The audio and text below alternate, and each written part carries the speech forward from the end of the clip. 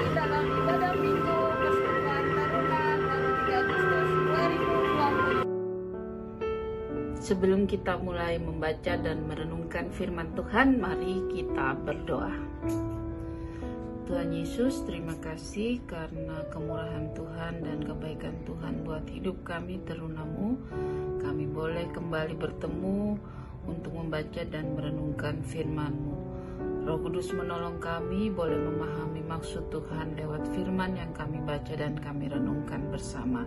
Dalam nama Yesus kami berdoa. Amin. Adik-adik, kita persiapkan Alkitab kita, Keluaran 21 ayat 1 sampai 6. Keluaran 21 ayat 1 sampai 6. Inilah peraturan-peraturan yang harus kau bawa ke depan mereka. Apabila engkau membeli seorang budak Ibrani, maka haruslah ia bekerja padamu 6 tahun lamanya.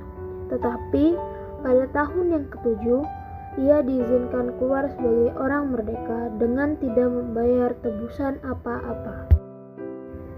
Jika ia datang seorang diri saja, maka keluar pun ia seorang diri.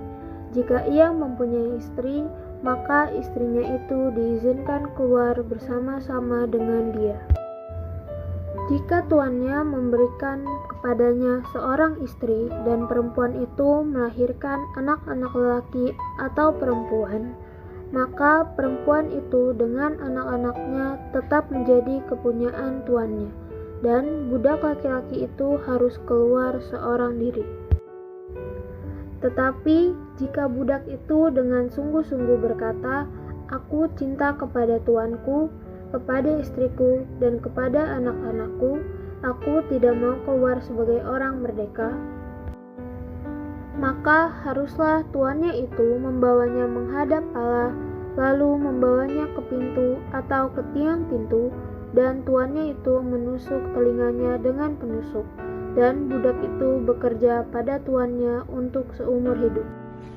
Keluaran 21 ayat 1 sampai 6 memberikan satu gambaran kepada kita tentang keberadaan budak Ibrani pada zaman bangsa Israel berada di tanah Mesir. Seorang budak terikat selama 6 tahun kepada tuannya. Di tahun ke-7 budak itu boleh bebas menjadi orang merdeka. Tetapi apabila budak itu diberikan istri oleh tuannya, maka dia akan mempunyai ikatan dengan tuannya. Seandainya dia ingin membawa istrinya, tidak diperbolehkan. Tapi kalau dia mengasihi istrinya, maka dia akan mengikatkan diri sebagai budak selama seumur hidupnya. Adik-adik, dari cerita ini kita boleh mengambil satu gambaran. Sebagai anak-anak Tuhan, kita diciptakan segambar dengan Allah. Dan gambar Allah itu menjadi rusak ketika Adam dan Hawa jatuh ke dalam dosa. Sehingga banyak tawaran daripada dosa terhadap kita sebagai anak-anak Tuhan.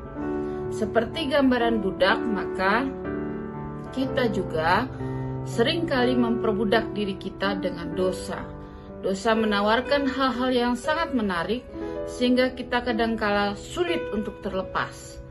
Tetapi lewat penebusan Tuhan Yesus di kayu salib, kita dijadikan orang merdeka. Kita bebas dari dosa dan kita melakukan kebenaran. Sebagai gambar Allah yang sempurna, maka Tuhan memberikan kepada kita penebusan dari dosa dan terlepas dari ikatan dosa. Lewat pembacaan Alkitab hari ini, sebagai orang-orang yang sudah bebas dan merdeka, adik-adik diajak oleh firman Tuhan bahwa kebebasan itu adalah anugerah daripada Tuhan. Dalam syukur HUT 75 tahun Republik Indonesia, sebagai teruna Tuhan, kita harus bekerja sama dengan negara kita, terutama dalam menghadapi virus corona yang sangat mendunia ini. Tetap memakai masker, rajin cuci tangan, dan jaga jarak dengan sekeliling kita. Dengan melakukan hal tersebut, kita turut bekerja sama bersama dengan pemerintah untuk menekan pertambahan korban dari virus corona.